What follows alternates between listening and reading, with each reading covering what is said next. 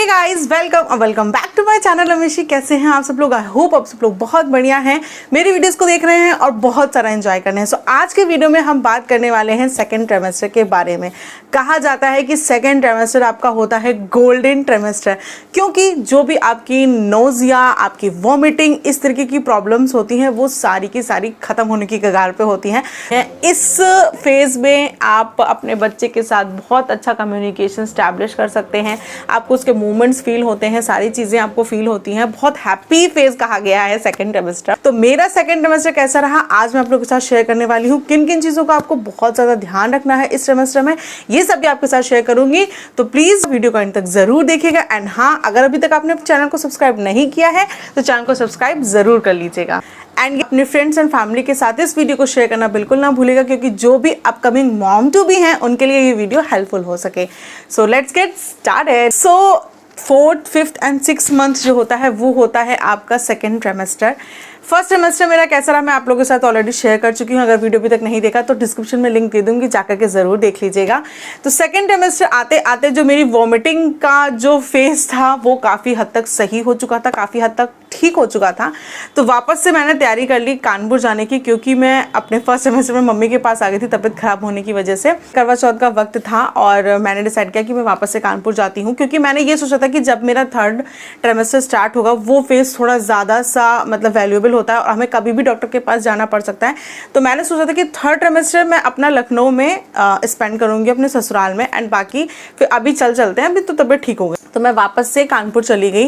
And जिन लोगों ने मेरा व्लॉग देखा होगा करवा चौथ वाला, उस करवा चौथ व्लॉग में बहुत अच्छे से मैंने शेयर किया है कि मेरा बैक एक बहुत ज़्यादा एक्सट्रीम लेवल का बैकअप हो रहा था। मुझे इतना ज़्यादा बढ़ गया था कि मेरा उठना चलना काफ़ी मुश्किल हो गया था। बट मैंने सोचा कि चलो निकालना है, ये सारी जर्नी है, ये तो सब चलता रहता है, लगता रहता है। क्योंकि मेरे मम्मा ने बोला था कि छोटी मोटी प्रॉब्लम्स आएंगी, उसको फेस करना है, ये सब चीज़ें चलती रहती हैं। क्योंकि अब हम हर एक छोटी छोटी चीज़ की मेडिसिन नहीं खा सकते क्योंकि हम प्रेग्नेंट हैं। तो ये सारी छोटी छोटी चीज़ें थोड़ा सा आपको अवॉइड भी करनी है। तो जो बैक एक था वो बहुत ज़्यादा हो गया था, बट और कोल्ड भी हो गया था मुझे, बट ठीक हो गया था। 1 हफ्ता लगा था, दिवाली के आसपास तक ठीक हो गया था। सो दिवाली पे मैं वापस से लखनऊ आ गई। एंड उसके बाद फिर मैंने ये डिसाइड किया कि मैं वापस कानपुर नहीं जाने वाली हूँ, क्योंकि मुझे वहाँ बिल्कुल भी नहीं अच्छा लग रहा था, मेरा टाइम बिल्कुल भी नहीं कटता था। आप यकीन नहीं मानेंगे कि मुझे कभी भी अकेले मतलब अकेलापन फील नहीं होता है। मैं अगर अकेले भी हूँ तो मैं एकदम चिल हूँ, मैं इंजॉय करती हूँ, मुझे बोरियत नहीं लगती है। But in my pregnancy phase अकेलापन मैंने बहुत ज़्यादा फेस किया। मुझे अकेलापन बहुत ज़्यादा महसूस हुआ। मुझे ऐसा लगता था कि मुझे हर टाइम कोई अपने पास चाहिए, मुझे हर टाइम किसी ना किसी से बात करने का मन होता था, किसी ना किसी से अपनी फीलिंग्स शेयर करनी है। तो फिर मैंने डिसाइड किया कि मैं वापस कानपुर नहीं जाऊँ, क्योंकि मैं वहाँ पे बिल्कुल अकेली हो जाती थी हस्बैंड के ऑफिस जाने के बाद। एंड यार, बंदा ऑफिस जाता है, वापस आकर के कितना ही मेरी चिक चिक सुन लेगा ना, उसको भी तो चाहिए थोड़ा सा रिलैक्स। तो मैंने डिसाइड किया कि मैं यहीं रहती हूँ। एंड फिर मैं काफ़ी टाइम तक यहीं रही, 5th, 6th मंथ मैंने यहीं स्पेंड किया। उसके बाद फिर सोचा भी एक बार जाने के लिए कि वापस से चले चलते हैं, क्योंकि हस्बैंड यहाँ से अप डाउन कर रहे थे तो थोड़ा सी दिक्कत हो रही थी उनको। एंड ठंडियाँ भी बहुत ज़्यादा थी जनवरी में, जहाँ तक याद है होगा आप लोगों को। तो फिर ये हुआ कि वापस चले जाते हैं। बट मेरी सासू माँ ने बोला कि नहीं बेटा, अब लास्ट टाइम है तो कोई रिस्क नहीं लेते हैं, मत जाओ, यहीं पर रहो। तो फिर ये हुआ कि हम यहीं रहते हैं।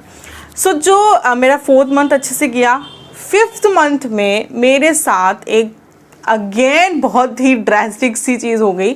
वो थी, मैं एक दिन रात में सो रही थी, ठीक है, एंड सुबह का वक्त हुआ था, 5:30-6 बज रहा होगा। अचानक से मुझे हल्की सी खांसी आई। मुझे लगा नॉर्मल बलगम है। मैं उठ के मैंने उसको थूक दिया। मैंने देखा नहीं क्योंकि मैं बहुत ज़्यादा गहरी नींद में थी।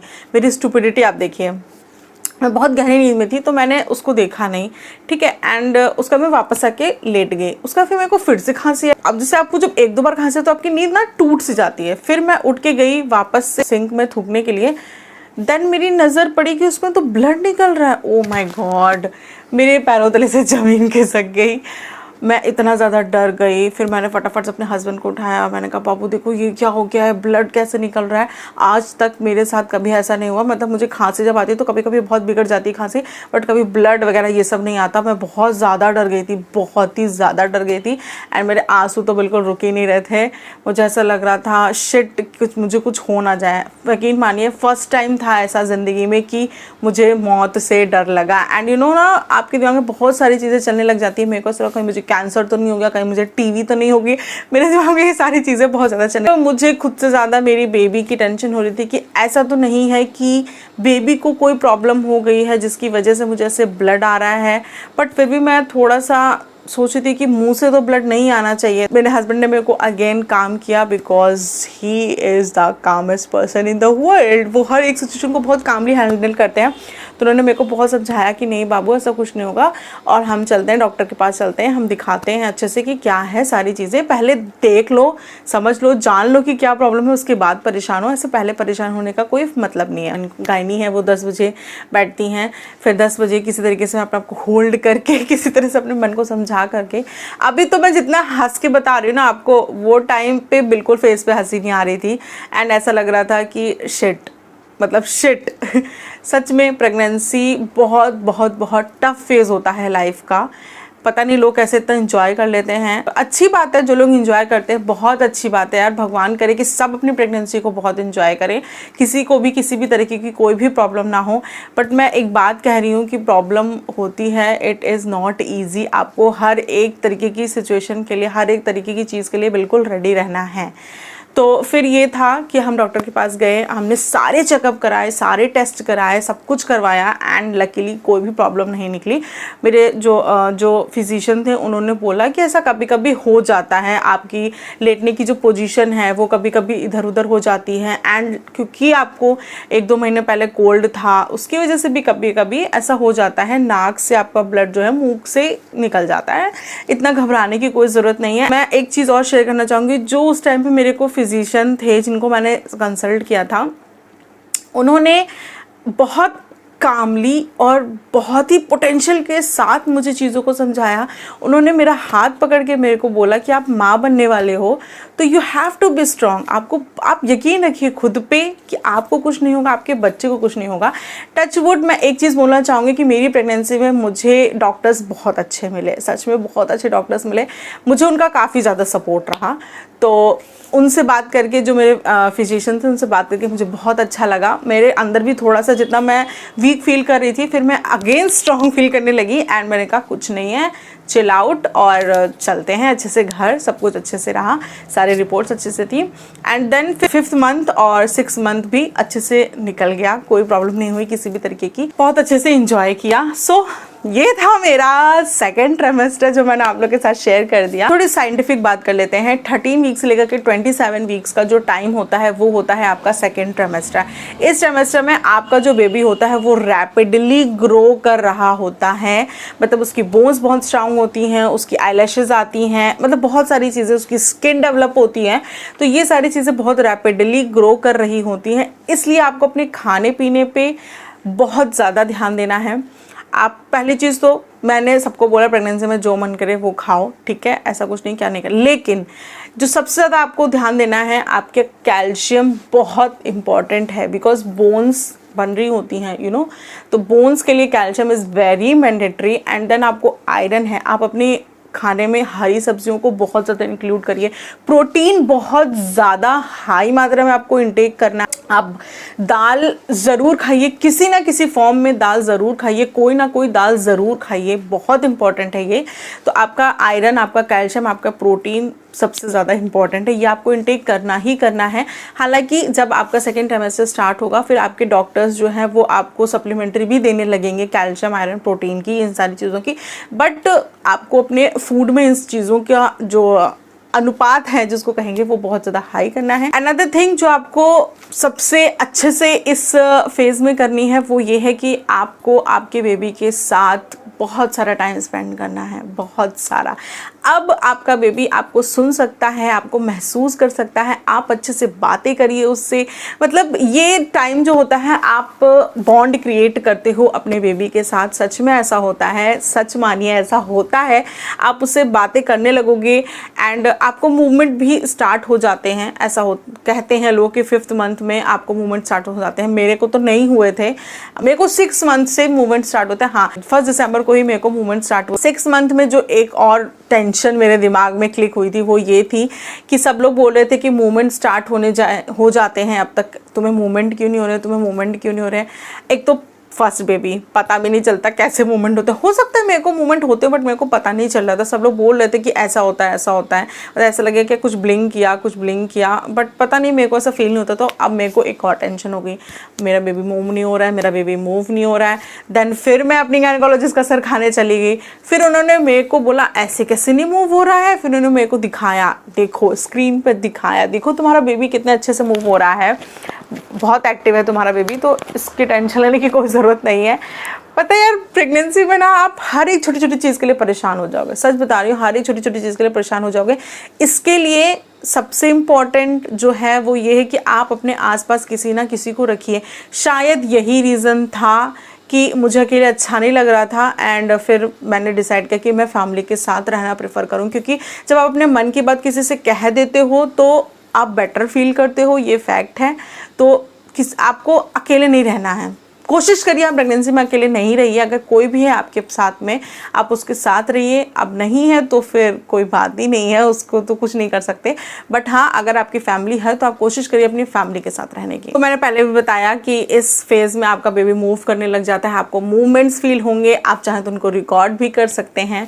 बहुत अच्छा लगता है जब बेबी मूव होता है, सच में बहुत अच्छा लगता है। 3rd ट्राइमेस्टर में ये मूवमेंट ज़्यादा हो जाते हैं, आपको ज़्यादा अच्छे से फील होते हैं। किसी किसी को सेकंड में ही बहुत अच्छे से फील होता है, मेरे को इतने ज़्यादा नहीं फील हुए थे, तो मैं वो उसके अकॉर्डिंग आपको बता रही हूँ। अपने बेबी के साथ अच्छे से बातें करिए, अच्छी अच्छी चीज़ें सुनिए, पॉजिटिविटी रखिए। आप जितना ज़्यादा पॉजिटिव रहोगे उतना ज़्यादा आपका बेबी पॉजिटिव रहेगा। सबसे इंपॉर्टेंट है कि आपको कोई टेंशन नहीं लेना है, आपको कोई स्ट्रेस नहीं लेना है, क्योंकि अगर आप स्ट्रेस लोगे तो वो आपके बेबी के ही ऊपर जाएगा। ये थोड़ा मुश्किल है माँ के लिए, क्योंकि मैं भी गुजरी हूँ तो मैं जानती हूँ कि ये मुश्किल है, बट हमें कोशिश करनी है ना। 1st ट्राइमेस्टर में आप किसी भी तरीके से लेट सकते थे, लाइक स्ट्रेट भी अगर लेटते हो तो कोई ऐसे प्रॉब्लम नहीं है। बट 2nd ट्राइमेस्टर में आपको कोशिश करनी है कि आप या तो लेफ्ट साइड लेटिए। लेफ्ट साइड लेटते हो तो बहुत अच्छी बात है, नहीं तो आप राइट साइड भी लेट सकते हो। कुछ अवॉइड करना है आपको, स्ट्रेट नहीं लेटना है, क्योंकि स्ट्रेट लेटने से आपके बेबी का जो ब्लड का फ्लो है वो काफ़ी कम हो जाता है और उसका जो प्रेशर है वो आपकी बॉडी के ऑर्गन्स पे पड़ेगा, तो आपके जो अदर ऑर्गन्स हैं उनको हार्म हो सकता है। इसलिए आपको स्ट्रेट लेटना अवॉइड करना है। बाकी आप लेफ्ट राइट किसी भी तरीके से लेट सकते हो। लेफ्ट की पोजीशन में ब्लड फ्लो सबसे ज़्यादा होता है, इसलिए ऐसा बोला जाता है कि प्रेगनेंसी में आपको बाएं ज़्यादा लेटना है, बाएं ज़्यादा लेटना है। बट अगर आप बाएं में अनकंफर्टेबल हो तो आप राइट भी लेट सकते हो, कोई इशू नहीं है। बस आप स्ट्रेट थोड़ा अवॉइड करिए। बट अगर आप बिल्कुल ही नहीं कंफर्टेबल फील कर पा रहे हो तो थोड़ी थोड़ी देर के लिए, लाइक 5 से 10 मिनट के लिए स्ट्रेट लेट करके फिर कन्वर्ट ले लीजिए एंड देन फिर स्ट्रेट ले लीजिए, फिर कन्वर्ट लेकर के आप लेट सकते। Okay, so last but not the least, आप एक ऐप है माइलो ऐप, जिसने मुझे बहुत ज़्यादा हेल्प दी। तो आप माइलो ऐप इंस्टॉल कर लीजिए अपने फ़ोन में, जो भी मॉम टू बी है। मैं सच बता रही हूँ, ये ऐप बहुत अच्छी है। आपका बेबी किस किस तरीके से किस किस फेज़ में कैसा दिख रहा है, अब कैसा दिख रहा होगा, अब उसका साइज़ कितना बड़ा है, अब उसकी बॉडी कौन सा बॉडी पार्ट डेवलप हो रहा होगा, सारी चीज़ों की इंफॉर्मेशन वो आपको देती है। वो ऐप बहुत अच्छी ऐप है, मेरे लिए बहुत हेल्पफुल रही, इसलिए मैं आप लोगों को सजेस्ट कर रही हूँ। एंड उसमें बहुत सारी चीज़ें, आप मैटरनिटी प्रोडक्ट्स भी बाय कर सकते हो एंड उसमें बहुत सारी मॉम्स हैं जिनके साथ आप चैट कर सकते हो, अपने क्वेश्चंस पूछ सकते हो, अपनी प्रॉब्लम वहाँ पे शेयर कर सकते हो। इफ़ आपके पास कोई नहीं है आपकी प्रॉब्लम्स का आंसर देने के लिए, कुछ स्टूपिड क्वेश्चंस होते हैं जो हमारे दिमाग में चलते रहते हैं, ये नेचुरल है, मेरे को पता है, तो वो आप वहाँ पे पोस्ट कर सकते हो। कोई ना कोई आपके जैसा होगा जो इस तरीके की प्रॉब्लम के साथ गुजर रहा होगा, वो आपको ज़रूर आंसर कर देगा। तो माइलो ऐप को ज़रूर इंस्टॉल कर लीजिएगा। उसमें हर एक दिन हर एक नई टिप होती है जो आपको कहीं ना कहीं बहुत हेल्प करती है कि आप ऐसी स्टुपिडिटी ना करें या आपको ये चीज़ नहीं करनी है। तो माइलो ऐप ज़रूर इंस्टॉल कर लीजिएगा, मेरे लिए बहुत हेल्पफुल रही। एंड मैं चाहती हूँ कि जो नई मॉम है, जो इस फेज से गुजर रही हैं, इस लवली फेज से गुजर रही हैं, उनके लिए भी ऐप है वो हेल्पफुल। तो आई गेस मैंने अपनी सारी चीज़ें, जो भी इंपॉर्टेंट चीज़ें थी, जो भी मेरे साथ हुआ सेकेंड सेमेस्टर, मैंने सब कुछ आपके साथ शेयर कर दिया है। आई होप ये वीडियो आप लोगों के लिए हेल्पफुल ज़रूर रहा होगा। अगर हेल्पफुल रहा है तो प्लीज़ वीडियो को लाइक ज़रूर कर दीजिएगा एंड शेयर ज़रूर कर दीजिएगा। तो आप लोग के साथ मिलती हूँ जल्द ही एक और प्यारी वीडियो और एक बहुत ही प्यारे व्लॉग के साथ। तब तक के लिए अपना बहुत सारा ख्याल रखिए, मुझे प्यार करते रहिए। Tata bye bye.